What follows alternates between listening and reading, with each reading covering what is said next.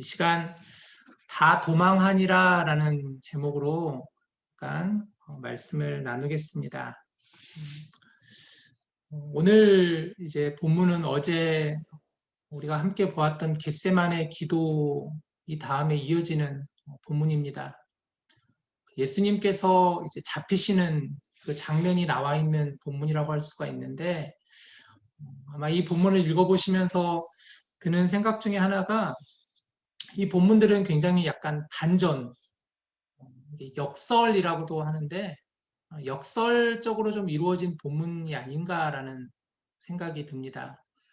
역설이라고 하면은 그 영어로는 패러독스라는 뜻을 쓰는데, 사전적인 의미로는 어떤 주장이나 어떤 주의에 대해서 반대되는 의견을 말하는 게 바로 패러독스, 그러니까 모순이라는 뜻의 단어를 쓰는데, 약간 모순적인 그런 본문들이 오늘 좀 읽혀지지 않나라는 생각이 듭니다.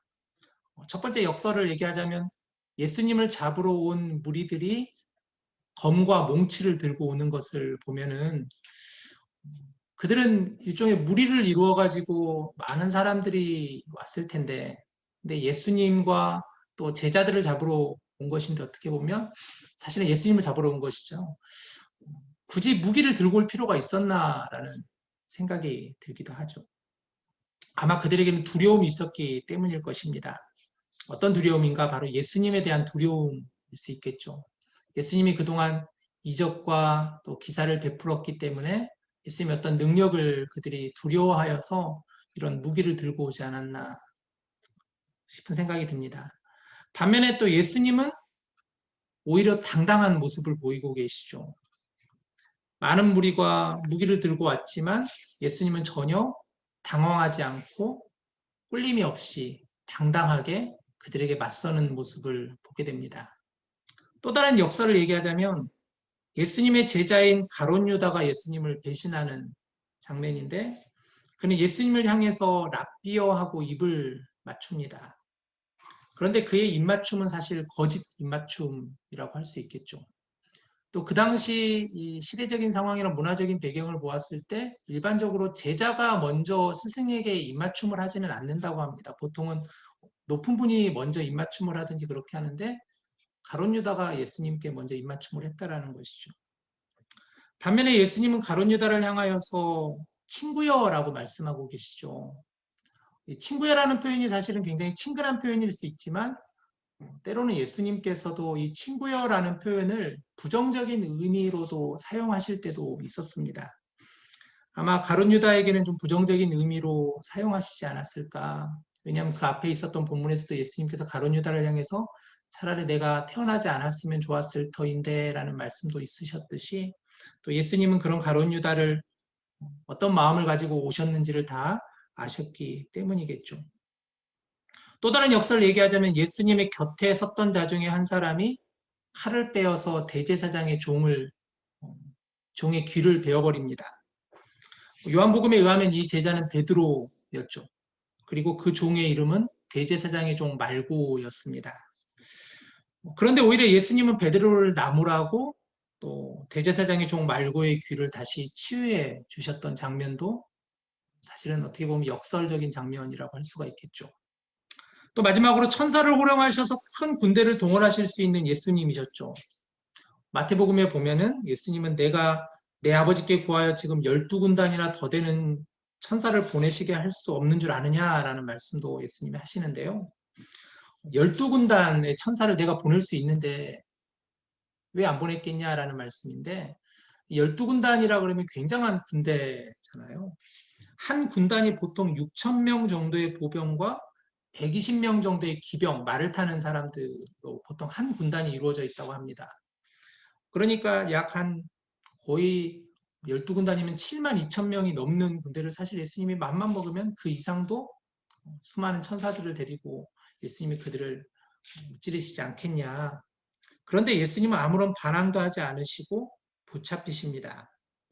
반면에 예수님의 제자들은 얼마 전까지만 해도 예수님을 부인하지 않겠다고 해놓고 그들은 예수님 곁을 떠나 도망가 버리는 그런 본문을 오늘 이 짧은 본문 속에서 우리는 보게 됩니다.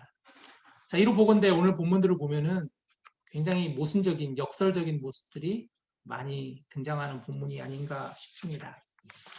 다시 오늘 본문 초반으로 돌아와 보면 예수님께서 말씀하실 때라고 오늘 본문은 시작을 하고 있는데요.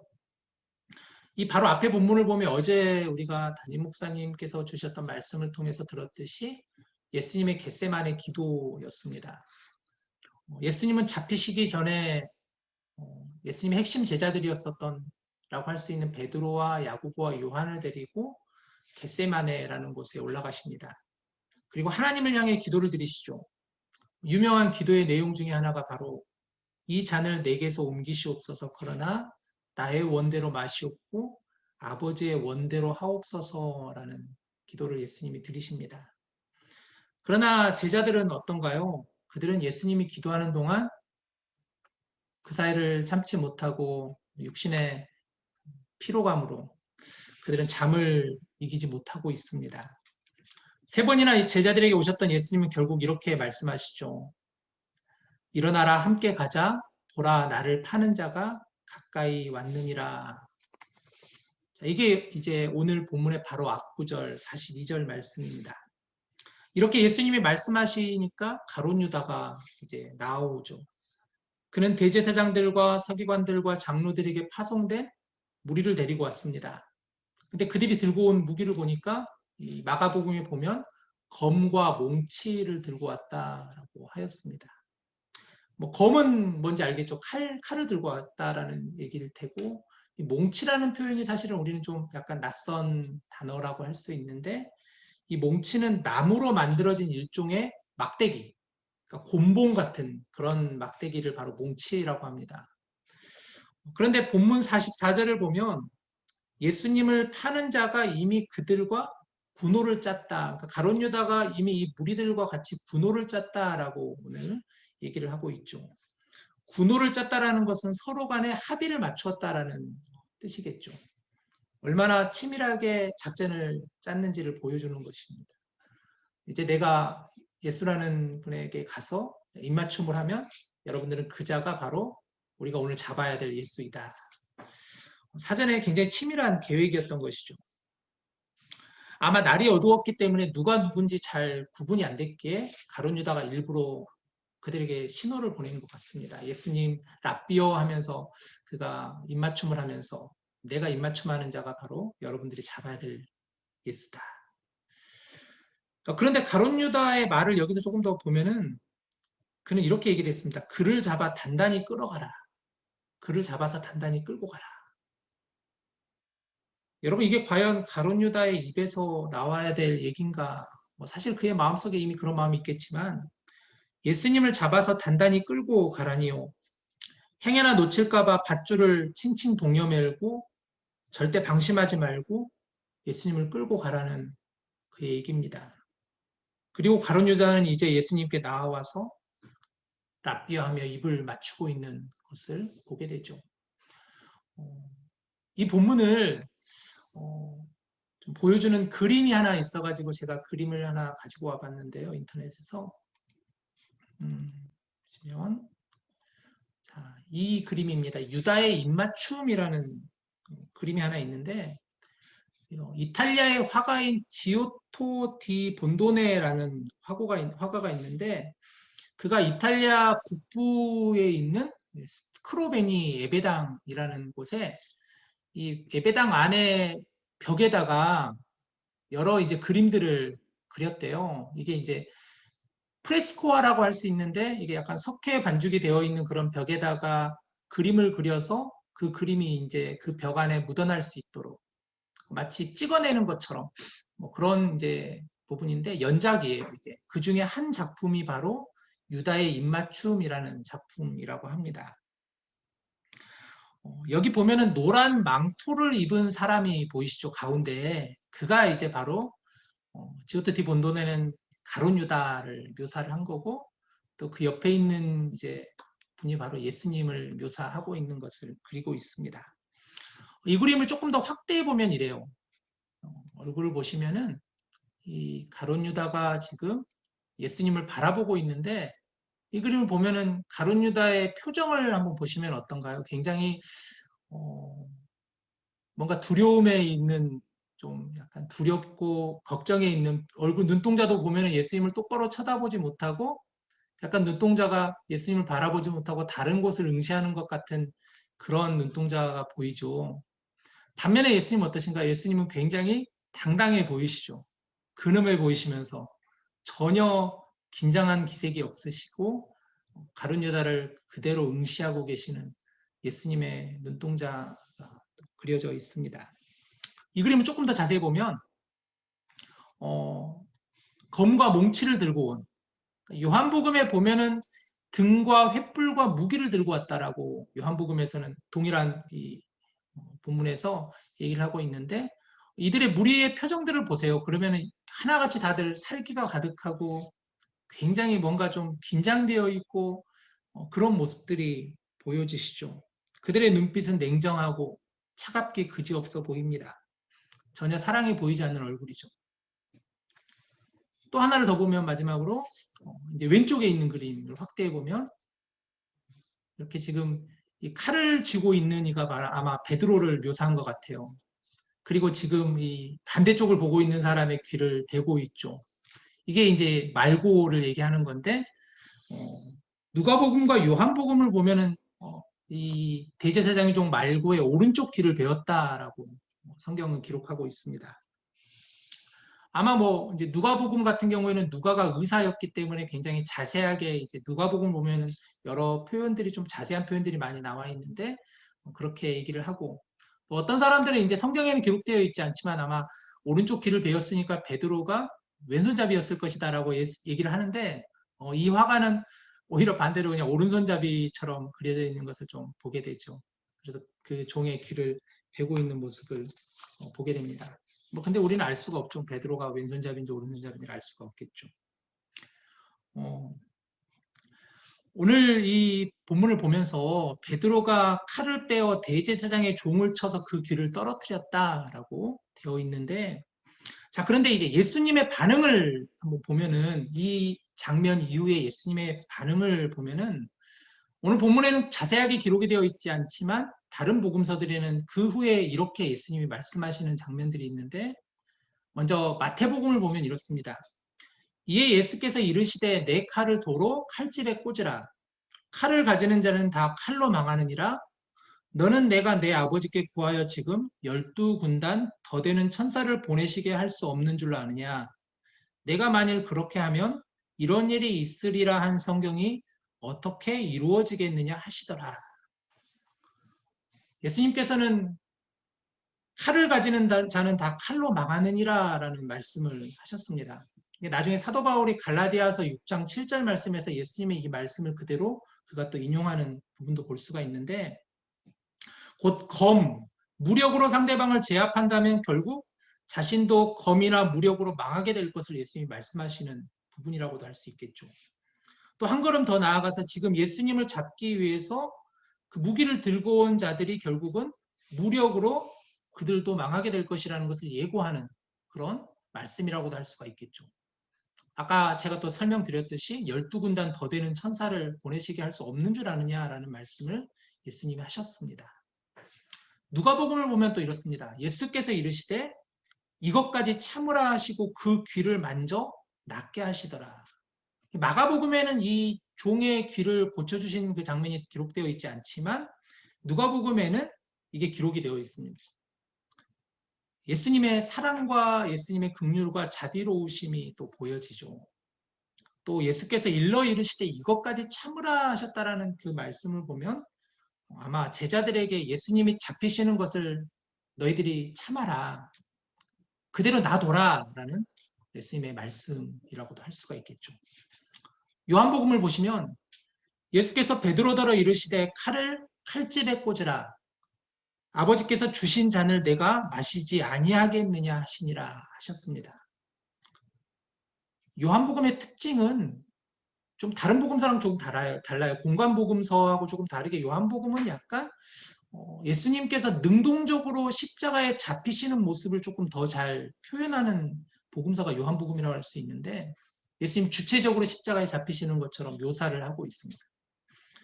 그리고 또 예수님께서 말씀하시듯이 아버지께서 주신 잔을 내가 마시지 아니하겠느냐. 아까 겟세마네 기도의 그 예수님의 말씀과 또 이런 부분이 연결이 될 수가 있겠죠. 그리고 오늘 본문에서는 말씀하시죠. 내가 날마다 너희와 함께 성전에 있으면서 가르쳤을 때 너희가 나를 잡지 아니하였도다. 그러나 이는 성경을 이루려 함이니라. 성경을 이루려 함이니라. 예수님 말씀하십니다. 마태복음에도 성경을 이루려 하시니라라는 표현이 등장하는데 오늘 마가복음에서도 이렇게 말씀하고 계시죠. 실상 예수님께서 잡히시고 십자가에 달리신 것은 예수님의 말씀처럼 성경을 이루려 함이었습니다. 예수님은 가룟 유다의 배신도 알고 계셨고 또 그 가룟 유다의 거짓 입맞춤, 그가 군호를 짜서 예수님을 잡으려고 하는 것도 예수님은 알고 계셨습니다. 그래서 예수님은 그럼에도 불구하고 유다와 함께 온 자들에게 순순히 잡히십니다. 그 이유가 무엇이었냐면 성경을 이루려 함이니라 라는 것이죠. 사실 예수님을 체포하는 것은 겟세마네 동산에서보다는 성전에서 체포하는 것이 훨씬 더 쉬웠을 것입니다. 굳이 검과 몽치를 가지고 어두운 밤길을 헤쳐가면서 누구인지 구분이 안 되는 상황에서 하지 않아도 되기 때문이죠. 그렇지만 이 역시 예수님의 체포가 가룟 유다와 대제사장에 의해서 체포된 것이 아니라 하나님의 섭리 안에서 예수님의 그 말씀이 예수님께서 하나님의 말씀을 이루기 위해서 예수님이 하신 것이다 라는 것을 오늘 본문은 말씀하고 있습니다. 그러나 오늘 본문을 보면은 예수님의 제자들이 어떠한 모습으로 그들이 예수님의 이 말씀 이후에 어떠한 모습으로 나아가는지를 우리는 말씀을 보면 알 수가 있는데 오늘 본문 50절에서 52절 말씀을 한번 보시면 이렇습니다. 제자들이 다 예수를 버리고 도망하니라. 제자들이 다 예수님을 버리고 도망하였다라고 하였습니다. 또 51절, 52절을 보면 한 청년이 벗은 몸에 배 혼이불을 두르고 예수를 따라가다가 무리에게 잡힘에 배 혼이불을 버리고 벗은 몸으로 도망하니라. 51절, 52절 말씀은 마가복음에만 있는 특수한 본문인데요. 아마 성경을 연구하는 학자들은 이 배 혼이불을 버리고 예수님을 따라갔다가 도망간 자를 이 마가복음의 저자인 마가로 보고 있는 견해들도 있는데 정확한 걸 알 수는 없겠죠. 그렇지만 이 말씀들도 결국은 다 성경의 말씀이 이루어진 것이라고 할 수 있는데 이사야서 53장 6절 말씀을 보면 이런 말씀이 있습니다. 우리는 다 양 같아서 그릇 행하여 각기 제 길로 갔거늘 여호와께서는 우리 모두의 죄악을 그에게 담당시키셨도다. 우리는 다 양 같아서 그릇 행하여 각기 제 길로 갔거늘. 그런데 목자이신 예수님은 우리 모두의 죄악을 짊어지시고 홀로 잡히시고 골고다 언덕을 오르시며 십자가를 향해 나아가시는 것을 보게 됩니다. 여러분 다 도망한 제자들, 각기 제 길로 뿔뿔이 흩어져 버린 제자들, 그들이 바라보았던 예수님은 누구였을까요? 그러면 얼마 전까지만 해도 그들은 절대 예수님을 부인하지 않겠습니다. 배신하지 않겠습니다. 베드로는 자신 있게 예수님 제가 누굽니까? 제가 예수님의 수제자 베드로 아닙니까? 제가 과연 예수님을 배신할까요? 하였었던 그런 그들이 예수님이 잡히시는 모습을 보며 그들은 각자 다 도망하여 버렸습니다. 아마 그나마 붙잡고 있었던 혹시나 하였었던 예수님이 우리가 원하였던 그분이 아니었을까 하였었던 그런 일말의 기대감마저도 이제 예수님이 순순히 잡히시는 모습을 보면서 제자들은 그 기대감마저 무너져 버린 채 그들은 도망가 버렸었던 것입니다. 이제 말씀을 정리하고 싶은데요. 오늘 말씀을 시작하면서 역설적인 본문이 오늘 정말 많이 보인다라고 말씀을 드렸습니다. 사실 예수님이 세상적인 기준으로 보면 예수님 자체가 세상의 눈으로 보면 굉장히 역설적인 분이시죠. 하나님이시지만 사람의 몸을 입고 이 땅에 오신 분이 예수님이십니다. 아무런 죄가 없으시지만 우리를 위하여서 기꺼이 십자가를 지신 분이 예수님이십니다. 이로 말미암아 예수님을 믿는 모든 사람들이 아무런 대가 없이 조건 없이 자격 없이 우리가 죄 사함을 받고 구원을 받았습니다. 구원을 받은 자의 자세는 그 크고 놀라운 사랑 앞에 엎드려야 하는 것이 구원받은 자들의 모습이라고 할 수가 있습니다. 받은 은혜에 감격하여 감사와 찬양의 자세로 주님의 그 용서와 사랑을 가지고 세상으로 나아가 우리는 그 사랑을 증거해야 되는 것이 우리의 모습입니다. 그런데 우리의 모습이 과연 어떤 모습인가를 한번 이 시간 묵상해 보았으면 좋겠습니다. 우리의 모습도 역설적인 모습이 아닌가. 예수님이 그렇게 행하셨는데, 예수님이 그런 사랑을 주셨는데 우리는 역설적으로 그 사랑에 반응하지 못하고 오히려 우리 역시도 행여나 제자들과 같은 모습을 가지고 있는 것은 아닌가 하는 것입니다. 주님을 사랑하겠습니다. 제가 주님을 따르겠습니다. 이제 세상과 벗하지 않고 세상의 유혹에 흔들리지 않겠습니다. 믿음으로 그렇게 우리가 많이 고백하고 다짐하였지만 우리들의 삶의 모습은 어떠한가요? 우리가 만일 예수님께서 잡히시던 그 현장에 있었더라면 어땠을까요? 예수님 옆에 예수님과 함께 동행하며 우리가 과연 예수님의 고난에 동참할 수 있었을까요? 아니면 제자들처럼 우리 역시도 역설적으로 도망하여 예수님을 떠나지는 않았을까요? 이 질문에 대한 대답은 우리가 각자 하였으면 좋겠습니다. 여러분 각자 마음속으로 대답하시며 고백하시기를 원합니다. 바라기는 우리는 역설의 현장에서 결코 역설의 모습으로 나아가지 않기를 간절히 원합니다.